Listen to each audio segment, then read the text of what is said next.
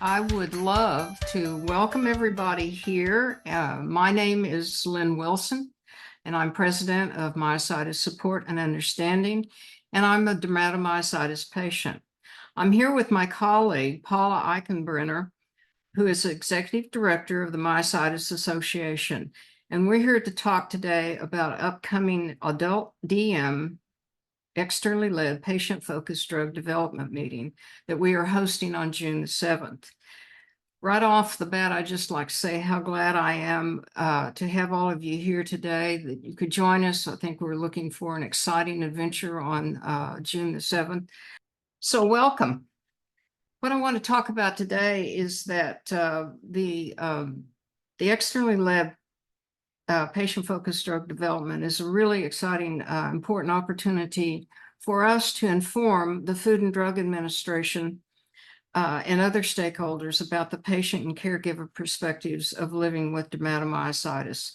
So in a nutshell, this is all about sharing your story, and that's what our focus will be as we go through talking about the meeting for the day.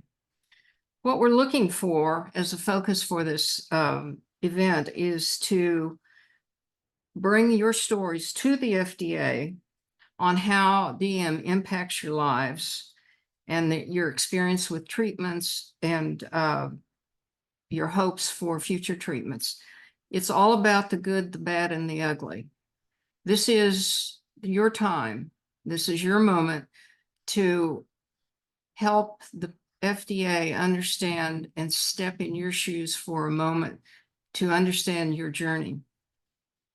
One of the outcomes that we're hoping for is that this will help inform the FDA on better understanding of decisions that will have to be made for new drugs for dermatomyositis, and also to improve the development of drugs and accelerate treatments.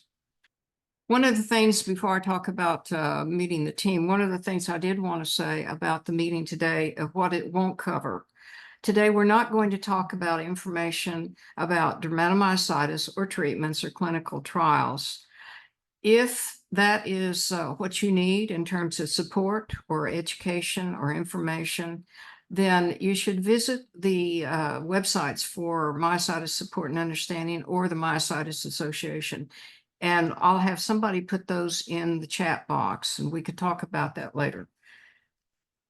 So before I start, I want to talk about the team that has worked so hard in the background on this. And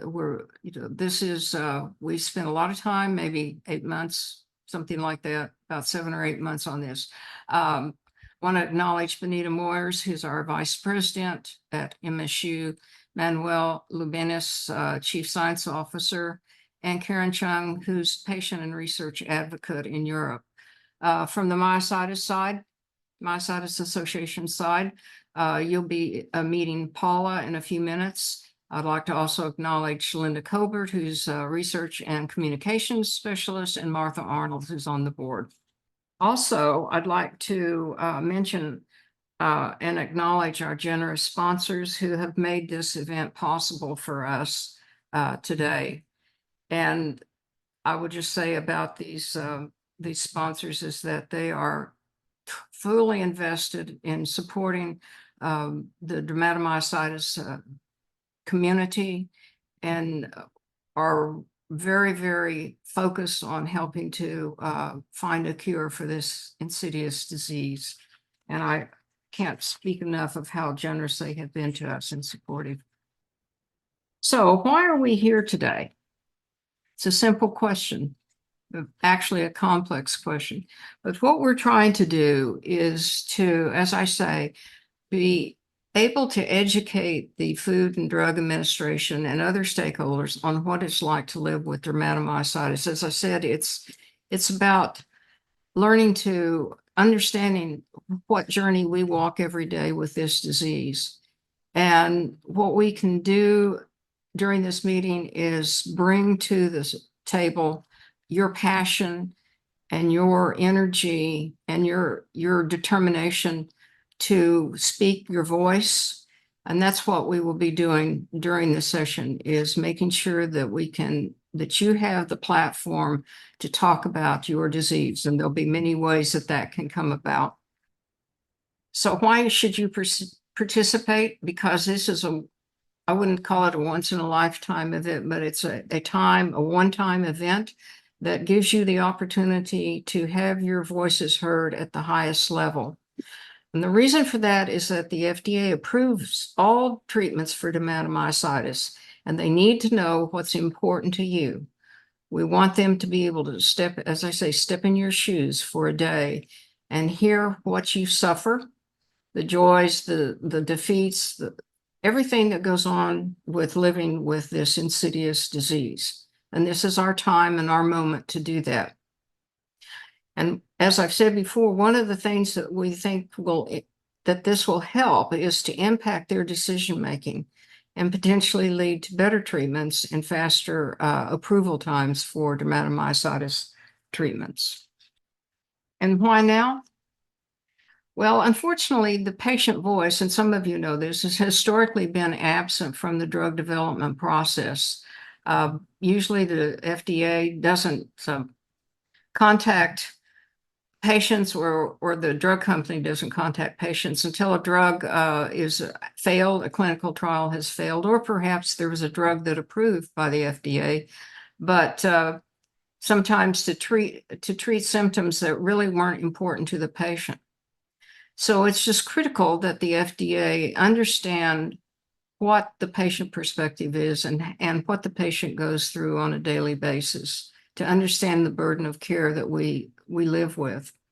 So they've tried very hard to provide a process where your voice can be heard in a systematic way throughout the process, and then provide the FDA with a perspective. The stakeholder engagement is a very high priority for the FDA.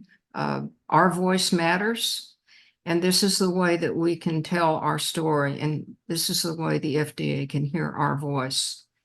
And to do that, they initiated what's called a patient-focused drug development program to enable them to learn about the disease impact on patients' lives from patients and caregivers. And that is what you're going to hear about today from our consultants. So let's get started on this, and I can stop talking about it and we'll actually give you some information about it. I'd like to turn it over to Paula now, and she's going to introduce James and Larry. Thank you. Thank you, Lynn, and thanks again to MSU for the opportunity to support this PFDD effort. It has been such an incredible opportunity for our organizations, TMA and MSU, to come together and collaborate on an initiative that will help people living with dermatomyositis.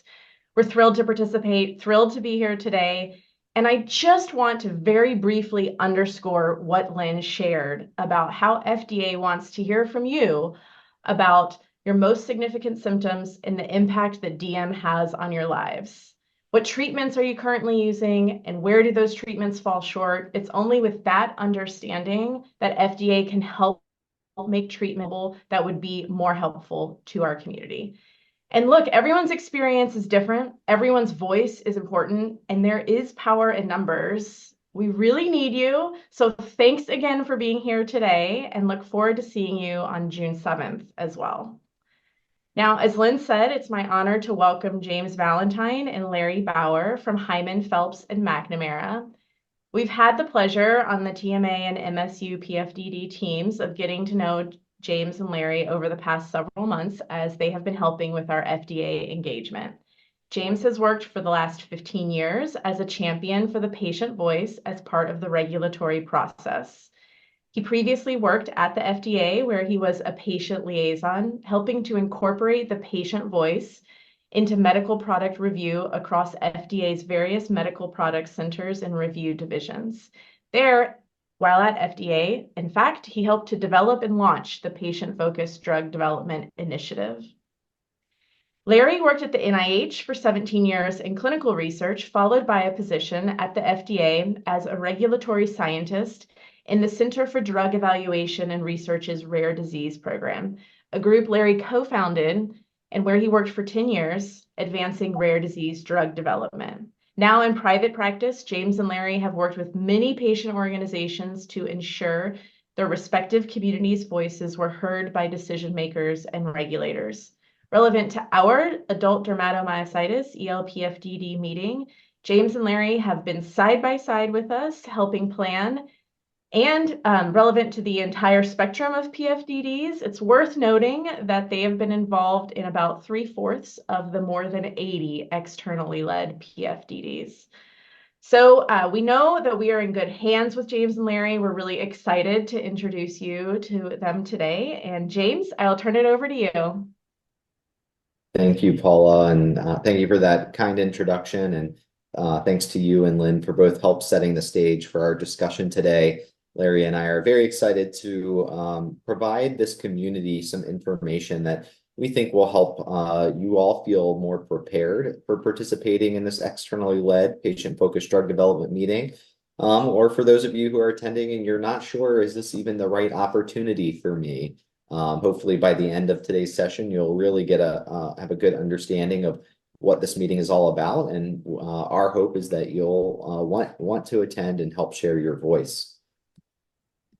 So as part of our session today, our plan is to give you some background on FDA and drug development. This may be a little bit of a refresher for some of you who might be a little bit more familiar with clinical trials and the phases of clinical trials. But we think this is important because to be good advocates, it's helpful to understand the process, because then the second thing we'll be doing as part of today is describing where your voices as patients or as caregivers of people living with the condition, where your voices fit into that process. And then how this meeting is going to actually bring forward your voices to plug into that process. And we'll be sure to give you an overview of this EL-PFDD meeting so you actually will know what it looks like, what is planned for the day. And we'll end our discussion today with some real practical information, including even some tips for how to best participate. So I'm going to start us out giving you that background on FDA and drug development, really as kind of the foundational information. So I'm going to walk us through some of the different stages of drug development, starting with the earliest stages, which are really at the phase of drug discovery. This is essentially the idea here of in drug discovery of actually doing the basic science research, the kinds of things that academic institutions, the NIH, are studying and researching. The organizations hosting this PFDD meeting have likely contributed dollars to help fund some of this research. And here we're looking to better understand diseases like rare diseases in particular, where the disease process, may not be fully well understood. And we're always learning more and more about it. And by better understanding the disease itself, it gives us an idea of where we might be able to intervene in that disease course in order to stop the disease course, reverse it. And once we understand what those opportunities might be, that then gives us a chance to start trying to figure out what kinds of molecules or cells or enzymes or other types of compounds would have an opportunity to try to intervene in that process.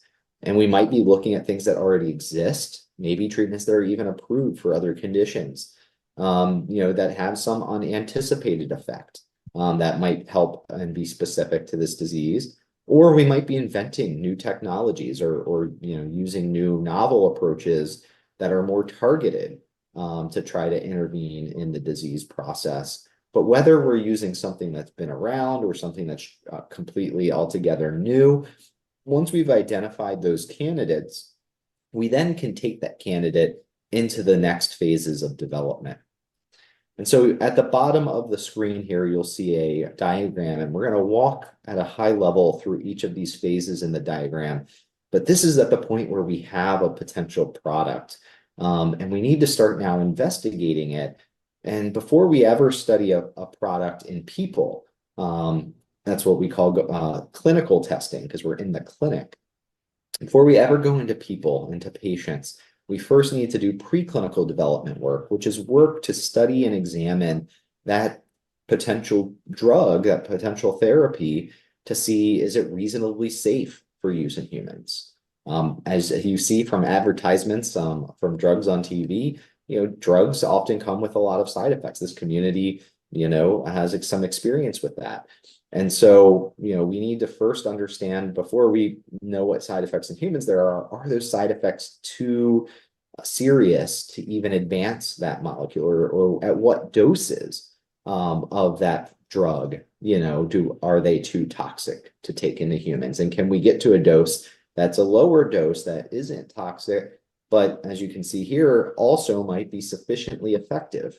So while we're evaluating the drug safety profile through what are called toxicology studies, at the same time, we're also looking to see, does the product have, sufficient effectiveness at targeting the disease? And we're looking at this through different types of assays, maybe even human cell lines, as well as animal models of the disease, where we try to genetically modify mice and other animals to where they replicate the particular disease, so we can see, does the treatment actually reverse that phenotype?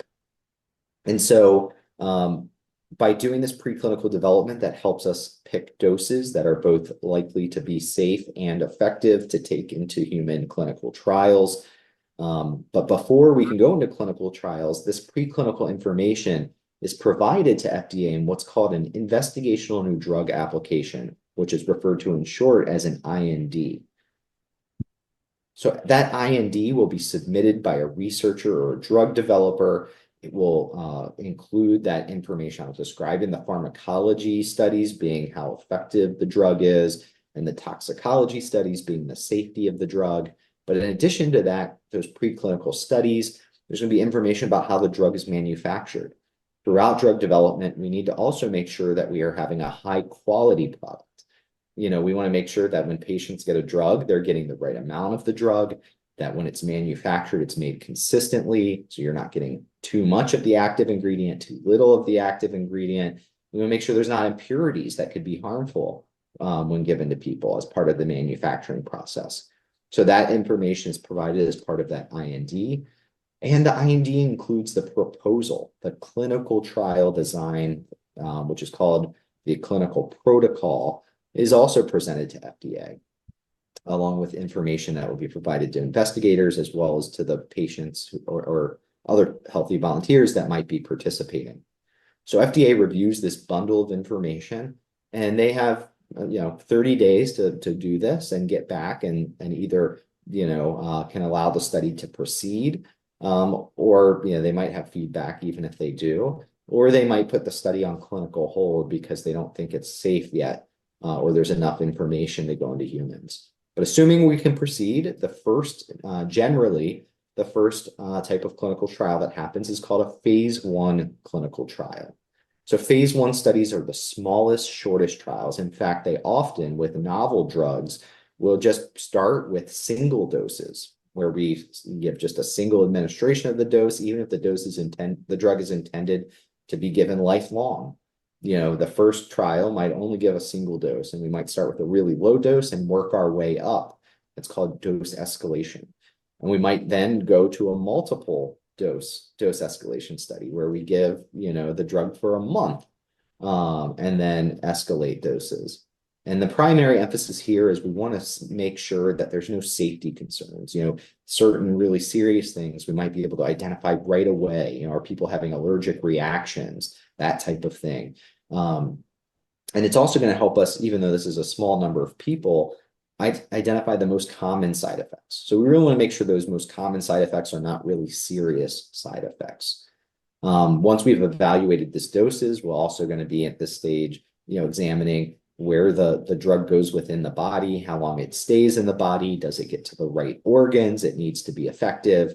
That type of information is also really critical, to selecting, ensuring that we have the right, product, but that we're selecting the right dose of the product that's both, again, safe, but likely to be effective. In phase 1 trials, we do not typically assess whether the drug is working or not. Is it having a benefit?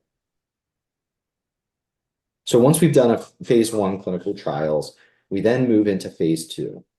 Phase 1 clinical trials, I should distinguish, sometimes can be in what are called healthy volunteers, which are people that are not living with a particular disease or condition that volunteer to be in those initial trials, where, again, we're really looking at safety. So we don't necessarily need to go into patients because we're not looking at how the drug works. Certain drugs might need to go into patients first because they, like for example, a gene therapy, is kind of you can't take that back. It's you're changing and editing, changing or editing, someone's genetic composition or the composition of some of the cells in their body. And so you would do that in patients versus healthy volunteers. When we go into phase 2, we're always now going into patients. And the same goes with phase 3. So in phase 2, these are slightly larger and slightly longer studies. We're now starting to want to understand whether the drug has signs or signals of effectiveness. We kind of call this proof of concept. We're going to prove the concept that the drug can work. We still may be evaluating multiple doses of the drug to see, which has that best benefit risk profile. And here we might, actually be introducing the idea of a controlled trial. So introducing a placebo, often we think of this as like the sugar pill, where that way when we're doing our assessments, we are blinded. We don't know whether someone's actually on real treatment or on the placebo. So that way we can see whether the benefits that are being seen are really due to the drug, or is it this placebo effect where people, because they're getting something, feel like they're doing better. And almost every disease has placebo effects. That's a very well-established thing. We're still, of course, always looking at safety. And now that we're dosing more people and a little bit longer, we get to start to see if there's different side effect profile that's beginning to show up here. And so, phase 2 gives us the best opportunity to pick the optimal doses to take into phase 3.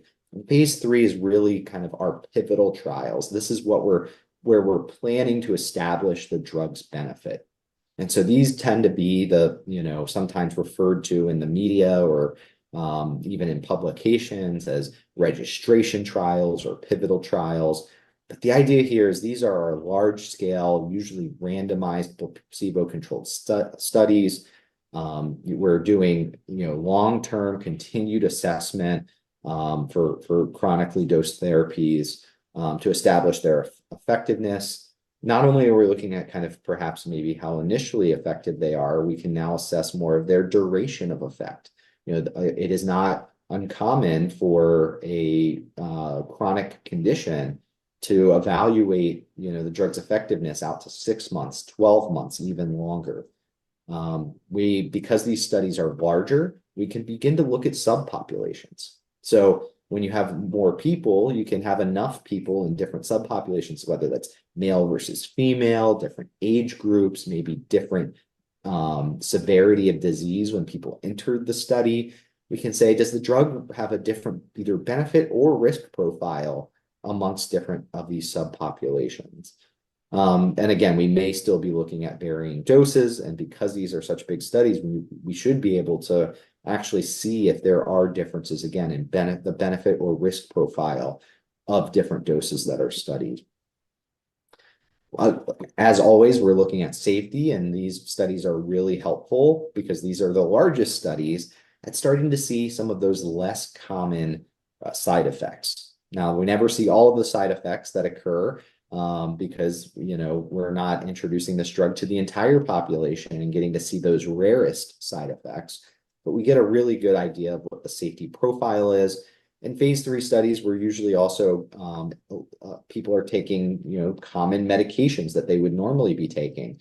And so we also can help assess and ensure that there's not drug-drug interactions.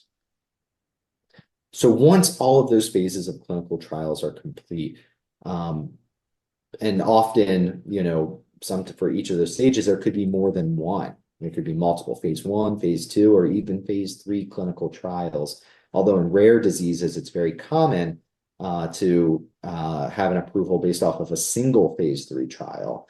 All of that information needs to be evaluated. And instead of the drug developer or the researcher just putting it all together and putting it into FDA to review, the first thing that they want to do is go in and talk to FDA and have what's called a pre-NDA or pre-BLA meeting, which refers to the names of the applications they'll be submitting.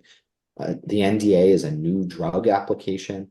A BLA is a biologics application. They're essentially the same thing. It just depends on if we're talking about a small molecule drug, like a synthetic fine chemical, or a biological product, like a cell, protein, antibody, gene therapy, or even a vaccine. Those would all be biologics. But essentially the approval requirements are the same for those. And so, first, this meeting will be held with FDA. Again, it's called a pre-NDA or pre-BLA meeting. The top line data from the pivotal trial are presented. There's a discussion of what's the right way to actually analyze and assess that data. And the goal is to walk away from that meeting having uncovered any major unresolved issues. And the ideal is that there isn't anything major that needs to still be done.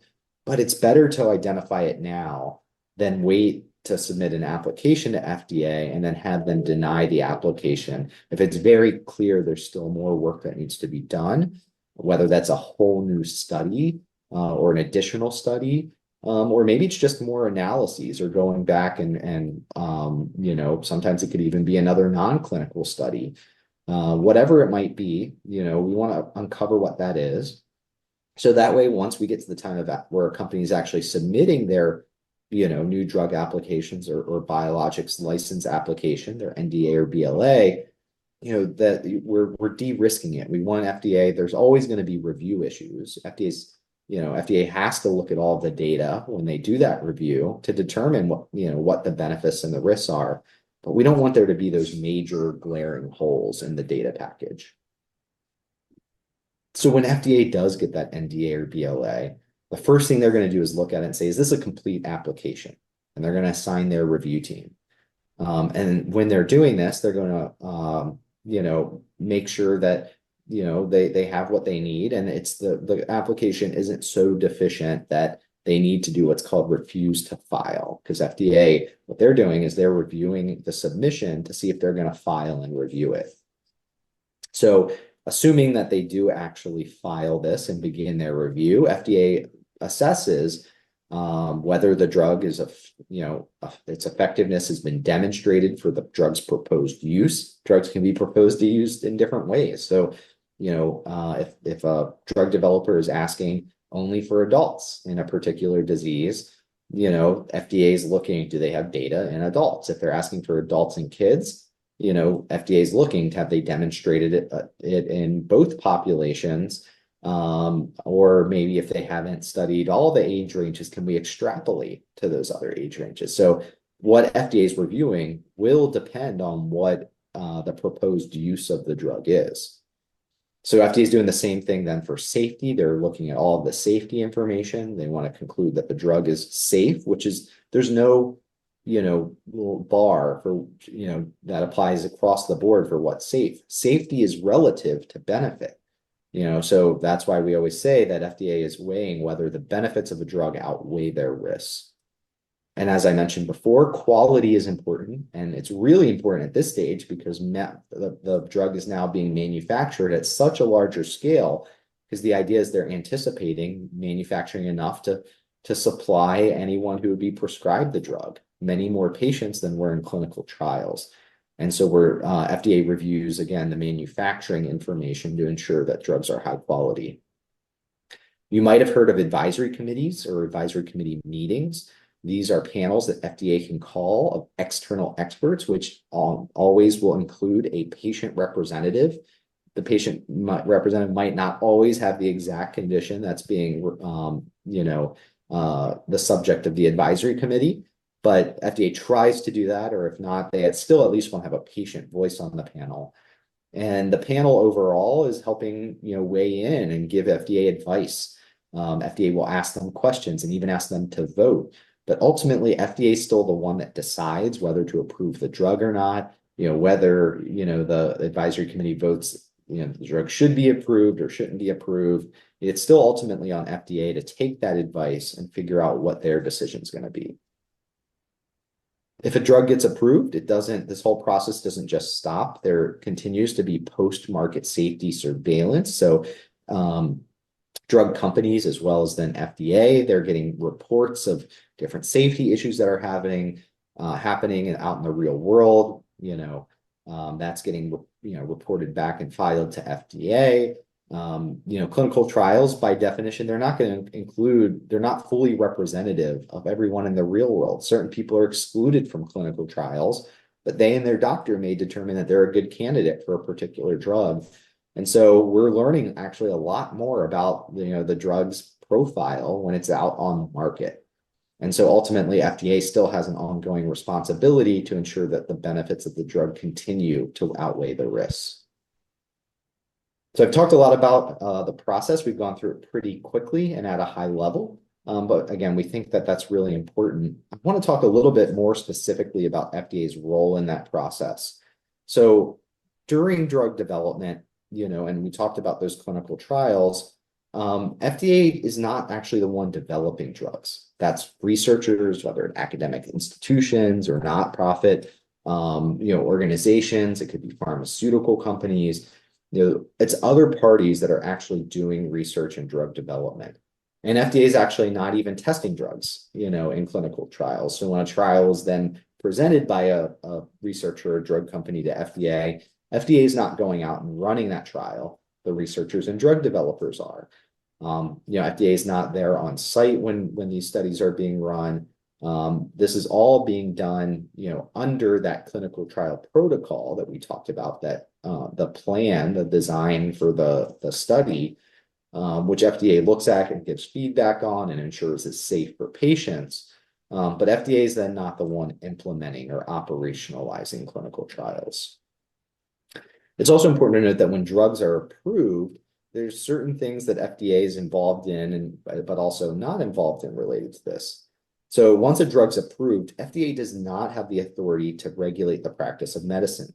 So FDA, they regulate the development, we talked about that, but also the marketing. They regulate what drug companies are allowed to say, how they promote their drug, whether it's in a direct-to-consumer advertisement, like a TV commercial, or if it's what goes in a pamphlet that's handed out to healthcare providers at a conference. That is all regulated by FDA. Doctors, however, are not regulated by FDA. FDA or doctors are free to use FDA-approved drugs within their practice of medicine, including for other conditions or other populations that aren't approved by FDA. And this is known commonly as off-label use of medications. So I want to also mention FDA, they're not involved in the regulation of access to products or the pricing of products. So FDA, they don't get that information when they're making their approval decision. It's based off of the direct benefits and risks. It's not cost benefit, it's benefit risk. And so FDA doesn't have that information. Even if they have it, it's not within their legal regulatory framework to consider price. So they're not influencing whether then also insurers can cover medications or not. That is all outside of FDA's purview. So I mentioned a lot about what FDA doesn't do. So let me say something about, FDA's role. So FDA, they do help, though, even though they're not conducting clinical trials, they help facilitate drug development. Part of their mission is not just to protect public health, but also to promote it. And so FDA reviewers, you can imagine, they are seeing every clinical trial that's being done. They're seeing the design, they understand the designs, and then they see the results. And they see what works, what doesn't work. So they have a lot of really, important knowledge and experience and expertise within FDA. And so when drug developers come and meet with FDA, FDA is providing technical feedback and giving them guidance.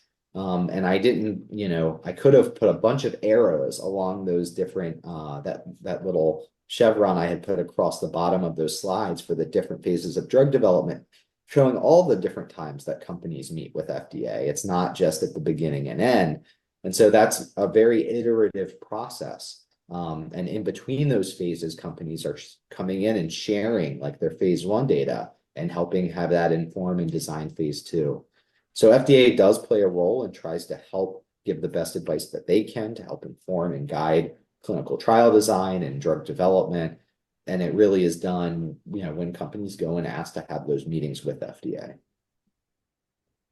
So I tried to cover a lot in the short amount of time that we have, but if you're interested in more, you can go to this FDA webpage listed here, www.fda.gov/for-patients. This has a lot of great information, more information about FDA's work in regulating medical products. It also gives you some good information on other ways beyond the meeting we're talking about today to engage with FDA as a patient stakeholder. But at this point, I'd like to turn it over to my colleague, Larry Bauer, who's now going to talk about where your voice as patients and caregivers fit into that process. Larry? Thank you so much, James. So now we're going to talk a little bit more specifically about the meeting that we are planning. Next slide.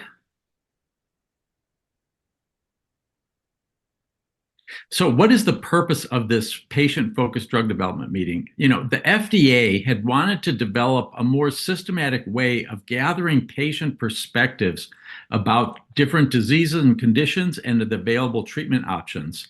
So they came up with this whole, idea of having one-day-long meetings called patient-focused drug development meetings, where they would meet with patients and caregivers and listen and learn from them and spend the entire day learning about these conditions. This kind of information really helps inform the FDA's understanding of the context for benefits and risks when they assess those in decision-making for new drugs. And patient input really helps the FDA during drug development, as well as during the review of a drug application for when they're ready to review all the data that and go through that process, that final process that James just mentioned. Next. So I just mentioned something called a benefit risk assessment. This is a formal assessment that's done by the FDA for every drug that they are reviewing. And the purpose of it is to decide whether the benefits of this new treatment outweigh the potential risks, so the potential side effects for that condition. So in order to understand this, they need to analyze what is the disease or condition and what are the current treatments that are available to people living with that condition. This kind of helps them to understand the current state of things. And then as far as the benefits of the treatment and the potential risks, this is the data that they review from clinical trials. So when a company submits all their data for an NDA or BLA to the FDA evaluates what did those clinical studies show and what did they, what were the potential side effects of this new treatment. So these first two things, the analysis of the condition and the current treatment options, that's where the meeting that we're having is really going to benefit and help the FDA. Next slide. So for our externally led patient-focused drug development meeting, one of the things the reason it's called externally led is because it's external to the FDA. We're planning it ourselves outside of the FDA. The FDA has been supporting us to develop the meeting, but it is our meeting. This meeting is going to be a framework for discussing questions that came from the FDA's benefit risk framework, and it represents important considerations in the FDA's decision-making. So we reviewed past meetings and other disease area questions, and we've tailored our agenda and panel questions for our meeting to try to communicate the most important information related to dermatomyositis. And FDA has emphasized to us that active patient involvement and participation is the key to the success of these meetings. So that's why we're meeting with you today, to try to get you excited about it. Next slide. And people always say, what's going to come out of this meeting? Well, at the end of the day, we have hired a medical writer that's going to write everything that happens at the meeting into a report. It's called the Voice of the Patient report. This is a summary of the patient and caregiver and audience testimony, the polling that we're going to do, as well as your submitted written comments. This document then becomes a key communication to the FDA review staff, as well as drug developers or anyone who wants to read it, about what is most important in a treatment to patients and caregivers with dermatomyositis. And FDA really wants this information. It informs them about ways that meaningful treatments for dermatomyositis can be developed. Next slide. So now, how do you participate in the meeting? So the meeting is for dermatomyositis patients and caregivers, FDA staff. We hope that pharma and biotech companies will come, and it's a public meeting. So basically anyone interested in learning about dermatomyositis can attend. The meeting will take place on June 7th from 10 a.m. Eastern to 3 p.m. Eastern Standard Time. It's a virtual meeting, so folks can attend anywhere. I think earlier there was a question about, Europe or some other part. You can tune in from anywhere in the world where you've got the internet. It's an interactive live stream, and you can see the link at the bottom of the page. Next slide.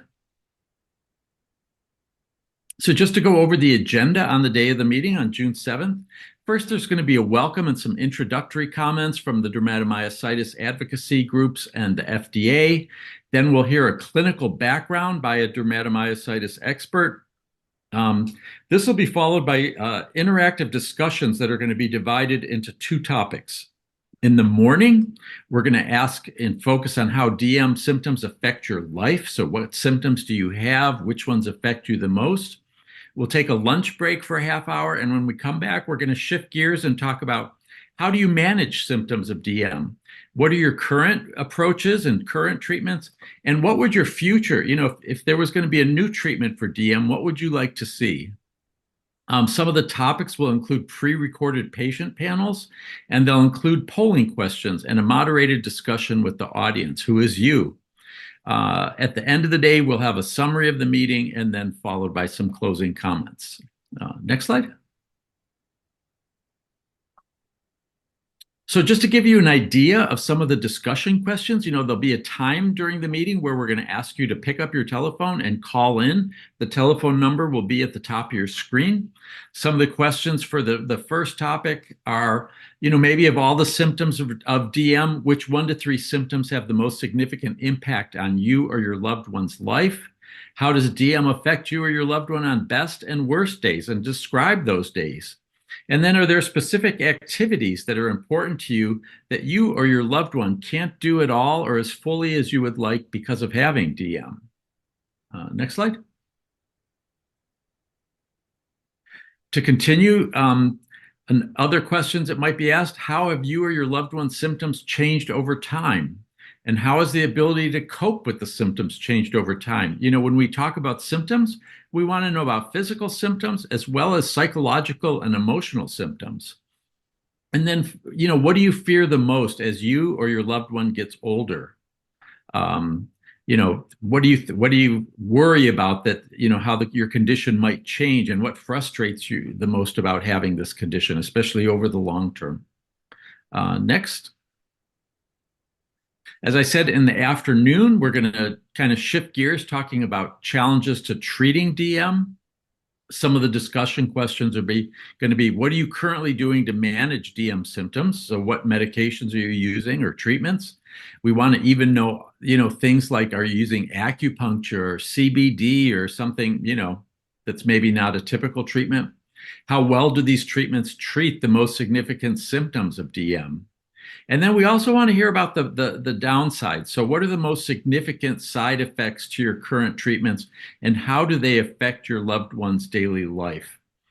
We want to hear about this because sometimes, even though there's a treatment available, it does not mean that it's, curative or that it's really helping in a big way. And then finally, short of a complete cure, which of course everybody would like to see, what specific things would you look for in an ideal treatment for DM? So as if we've got drug companies listening and the FDA, we really want to hear from you about what you would like in a new treatment. Next slide. So our discussion format on the day of the meeting, as I said, there'll be a panel of patients and caregivers for each of the topics. We have 5 people in the morning and 5 people in the afternoon session that have pre-recorded statements. The purpose of these statements is to set the foundation for the broader audience discussion that will follow. These panelists were pre-selected to reflect a range of experiences with DM. And then after we hear from those panelists, then patients and caregivers in the audience and online will have a chance to answer polling questions. The polling is done on your telephone. There will be instructions on the day of the meeting how to enter a URL for something called Poll Everywhere, and the questions will just pop up on your telephone. And we only want people to participate in the polling that either have DM or they're a caregiver or relative of someone with DM. And then after we do some polling, we're going to have a live discussion with the audience. We're going to have a few people that'll be live on a Zoom call. And then, like I mentioned earlier, there will also be a telephone number where you can call in to share experiences. Our moderator will be James, who you heard from earlier. He's going to ask questions and invite you to submit responses either in writing or preferably live. We want as many of you to call in as possible. I see someone just put a chat message. Yes, great. I'm glad to see the enthusiasm. Next slide. So just a couple of tips on how to participate effectively on the day of the meeting. Kind of keep in the back of your mind what James had said about FDA's role and the purpose of the meeting. We're not going to want to talk about high insurance costs or high prices of medicine because the FDA doesn't regulate any of those things. We'd like you, maybe review some of these discussion questions in advance, which these will be on the website where you register. And if you have something important to share, try to relate it to the most appropriate topic or panel question that we're talking about, and then pick up your phone and call in. And please know it's okay to reiterate a feeling or experience already voiced by someone that's similar to your own, because we want to establish that, yeah, this is something that really impacts people's lives with DM. But if you do, give it a personal or unique perspective. And try to keep your comments concise and focused. We want to try to hear from as many voices as possible about this very emotional topic. And please know that you can always send in additional written comments after the meeting's over, and that those comments that you send in, we will put those into the voice of the patient as well. So, participate in the meeting by webcast. That's, and we want you to participate in the polling, to call in with comments and written comments. You can pre-register for the meeting now at this URL here, dermatomyositis-el-pfdd.org/. Comments with answers to the questions can be submitted prior to the meeting, which is right now, and as I said, up to 30 days after the meeting, and we will put these into the voice of the patient report. Next slide. So in summary, this is your opportunity as a community to be part of the process and to move the process forward. Please know that each and every one of you can have a meaningful impact on clinical trial designs, as well as drug development for new treatments for DM. Your collective voices must be heard at the beginning of the process to try to help companies design trials that better meet your needs, as well as to help the FDA assess the risks and benefits with a fuller understanding of the impact of DM, and really to understand what is the lived experience and what is the patient and caregiver's perspective. So please, I hope you join us and help us get the word out to help make a difference. So we have a few minutes left, and we encourage you to submit questions through. There's a Q&A little balloon at the bottom of your screen. Please, write a question. It can be anything about the meeting, about what James covered in drug development. We're not, like James said, we're not going to talk about specific treatments right now, but this is really focused on the actual PFDD meeting. Yeah. Thank you, Larry. And there have been quite a few questions that were both submitted during registration as well as through the Q&A box. And I think some through chat as well. So we'll try to get through as many as we can during the Q&A session we have right now. If we don't answer your question or weren't able to get to it, please just shoot us an email and we'll be sure to try to answer it but we'll now try to get through as many as possible. So the first question, and maybe Larry, you can tackle this. There's been a couple of questions. Is it still possible to participate as a panelist? Have the panelists already been chosen? Yeah, so thanks. The panelists, we had to, those decisions were made actually a few months ago, because there was a step of trying to, orient the panelists, select them, and they've been working on their statements and they're already working on recording them. So unfortunately, we can't add more panelists at this point, but that does not mean you can't participate in the meeting live, calling in, writing in. We really want you to participate. So another question, and this one might be for me, around the drug development process. There's a question that says, at what phase, if any, can someone with multiple autoimmune diseases and DM participate in a trial? So far, I have not been approved due to those other diseases. I understand why, but how do I participate? Are there any changes in the works for us as outliers? And so I don't have a direct answer to your question. It's, in terms of whether there's anything in the works, but what I can tell you is that this kind of feedback on interest in participating in trials, but being excluded is really important to bring up at the PFDD meeting. Larry talked about the organization of the meeting and how in the afternoon session, we're going to be talking about treatments, not just your experiences with them, but your desires. And as part of that umbrella for treatments, clinical trials are part of that. We know when there's unmet medical needs, people seek out clinical trials as a way to supplement what's already available to them. And so if that's something that you're desiring and seeking, but can't do because you have some of these comorbidities, you should absolutely share that as part of that afternoon discussion at the PFDD. So another question that's come in, is there's two, and I'll maybe have one of our advocacy organization leaders here answer these. The first is, my friends and family want to listen into the PFDD so they can better understand my disease. Is it okay for me to invite them? And then another question along these lines is, can we network with others who have this disease at the PFDD meeting? Lynn, Paula, any of you want to start us Yes, off here? yes, Yes and yes. yes, yes, yes. We want your family there. This is a great opportunity to build awareness amongst the family as to what you as an individual go through with your DM. And it's a safe way to do it. And there will be a lot of options for interactivity. It is a 5-hour virtual meeting, which might feel like a lot, but it's going to be so engaging and enriching. The time is going to fly by. There's some pre-recorded parts, as we mentioned, but some others that will be done live. And so it'll be really exciting to see it all unfold. And there will be some interactive elements, kind of similar like we have today. The chat has been pretty active. And what I'll say too is, not only invite people to learn and, kind of also hear more, but if they're comfortable, have them participate as well. When we use the term caregiver, we really mean people that have an insight into this disease from, being a loved one.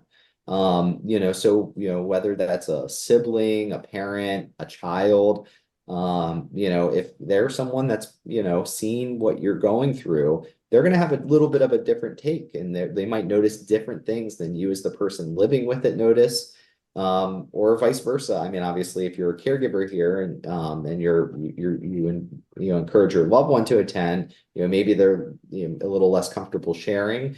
They can still at least participate in polling and submitting written comments, even if maybe they're not quite prepared to call in and talk. I noticed there was it was kind of a comment in the chat, and it was about discussing the mental health side effects of medications. This is absolutely within scope of this meeting. When we are on panel, in the afternoon session after lunch, when we're focused on treatments, we want to hear about the benefits of the treatments that you're using, as well as the challenges, and mental health challenges can act, they can be significant, actually causing some people to need to stop a medication. So we would love for you to come and share your experiences about that. Yeah, similarly, I saw a comment, I think this was a registration comment that had come in that was saying, I'm currently in a study, but it's not ideal administration. And again, this is exactly the kind of feedback. It's not just about the direct benefits of the drugs, the direct risks, meaning like side effects of the drugs, but also how the drugs are administered, the burden of keeping up with, the treatment regimens, and how it's actually delivered and what that feels like and how that impacts you. So for the person that wrote that in, that is totally within the scope of this meeting as well. I did see that there was a question that said, does the meeting in June have closed caption in different languages for people who don't speak English? So the meeting is going to be broadcast over YouTube. And I know YouTube has been working very hard to have live captioning. And I know that they've already successfully rolled it out for English. I'm not sure whether that will be available for other languages by June, but I do know that the meeting will go on demand, so you can watch the whole recording the minute the meeting ends. Actually, give us like 10 minutes. I think there's like some processing time. It'll be up on the web page. And I know that the live captioning in other languages is available for recordings. So for anyone that speaks other languages that you'd like for them to have access to the meeting, they can absolutely watch it and can of course submit comments for 30 days after the meeting as well. And James, I'd just like to interject that the website that we have created also has language capabilities. So even if it doesn't work for the meeting, you can still participate. You've got the opportunity to send in video clips. You've got the opportunity for written testimonials there too, and you can review that in the language of your choice. We've got 10 languages out there, so. Thanks. I noticed a question too. Someone was asking about lung involvement. And if you've got, even if lung involvement is not, everyone doesn't have that, but if it's DM related, that absolutely is within scope of the meeting. Even, we might even like to hear if you have a condition that's not exactly related to DM, but it complicates your DM treatment or approach. Maybe you have one condition that prevents you from being able to take a medication that is indicated for DM. We'd like to hear about that as well, because it does add to, it's part of the patient experience. We're right up, or maybe actually a minute over now. I just want to check with Lynn or Paula if there's any final, anything final that you would like to share with the community, maybe a question that you saw in chat, or just anything that's top of mind for you before we wrap up here. Well, thanks, James. I will just offer briefly that, again, we'd love you to visit the PFDD website, where there are a lot of options to participate leading up to June 7th. We'll also be opening a survey there, so DM patients can share in that way as well. And there is some interest in a follow-up email. If you click on the email in the chat box, it will take you to the website, and then you can register for the PFDD website, as Manuel noted. So that would be the best way. But I think if you go to the TMA and MSU websites, you can get our emails pretty easily. I'll put mine in the chat. Thanks, Lynn. Over to you. Thank you, Paula. I just wanted to reiterate again that we need you. We want you. We want full force of as many DM patients and caregivers and family, friends, other rare areas that overlap with yours. We want everyone there for this meeting, and let's show what the myositis community can do. We'll be following up with more communication across email blasts and Facebook and Instagram and other places with upcoming events. We want to push communications about not only to get you to the site to participate there before the meeting, take the survey, register, and just let's come full force to talk with the FDA. Thank you. Thank you, everybody, for joining. Thanks, everyone. And, we look forward to seeing you at the meeting on June 7th. Here. June 7th, the 7th, 7th, 7th yeah. day of 6 months, yes. 6, 7, June 7th. Yes. All right, bye-bye, everybody. Okay, thank Bye, you. everyone. Bye-bye.